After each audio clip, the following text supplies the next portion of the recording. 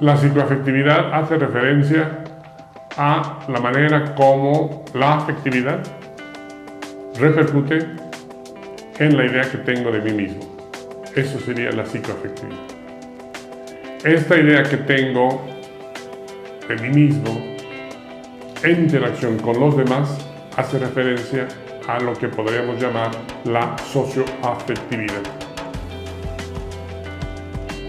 La afectividad es el último eslabón de una pequeña cadena de tres componentes básicos. Dos componentes básicos. La emoción, el sentimiento y la afectividad. Es decir, la emoción es una respuesta refleja que todos tenemos, que todos vivimos, experimentamos, que al ser racionalizada, esta experiencia, esta respuesta, se convierte en sentimiento. Este sentimiento, a su vez, una vez racionalizada, entendida y utilizada para poder relacionarse conmigo, sería la psicoafectividad, y para relacionarse con los otros sería lo socioafectivo. Es decir, la función que nosotros le damos ya de manera intencional a la afectividad va a ser la psicoafectividad en el caso particular y lo socioafectivo en el caso de lo social. Reconocer la importancia que esta psicoafectividad tiene en el individuo va a ser fundamental para todo el proceso de aprendizaje en la vida. No nada más en el aula, sino en la vida. Yo aprendo a partir de la idea que tengo de mí mismo. Yo aprendo a partir de qué tan inteligente me siento, qué tan seguro me siento de lo que estoy aprendiendo, de lo que estoy entendiendo. Por lo tanto, entonces, podríamos decir que la psicoafectividad es un componente fundamental del proceso de aprendizaje. Pensar entonces en una didáctica de la psicoafectividad es pensar en tener que incluir al componente afectivo, y yo diría al componente psicoafectivo, en el propio proceso de aprendizaje. Pensar entonces en una didáctica de la psicoafectividad querrá decir entonces hay que aprender a saber enseñar la psicoafectividad, aprovechar plenamente para que efectivamente nuestro proceso didáctico sea más eficiente, más eficaz. Para efectos particulares, yo empiezo a trabajar con una didáctica de la psicoafectividad en 1997. Recordemos que es a finales de los 90 cuando surge toda una propuesta fundamentalmente de Howard Gardner con las inteligencias múltiples y de David Coleman en cuanto a inteligencia emocional, donde se ubica a la emocionalidad o a la emoción como un factor a considerar en el propio proceso del aprendizaje, ¿no? Es decir, a través de las propias inteligencias o la inteligencia. Esa condición nos afecta también a nosotros, nos repercute a nosotros, y en el 97 la Secretaría de Educación en aquel entonces del Estado de México solicita un diplomado en la didáctica de la psicoafectividad. Es a partir de ese proceso o de ese inicio de proceso que intentamos nosotros empezar a formar y articular lo que es la psicoafectividad. Todas, porque, insisto, no es nada más un proceso exclusivamente intelectual, es decir, no nada más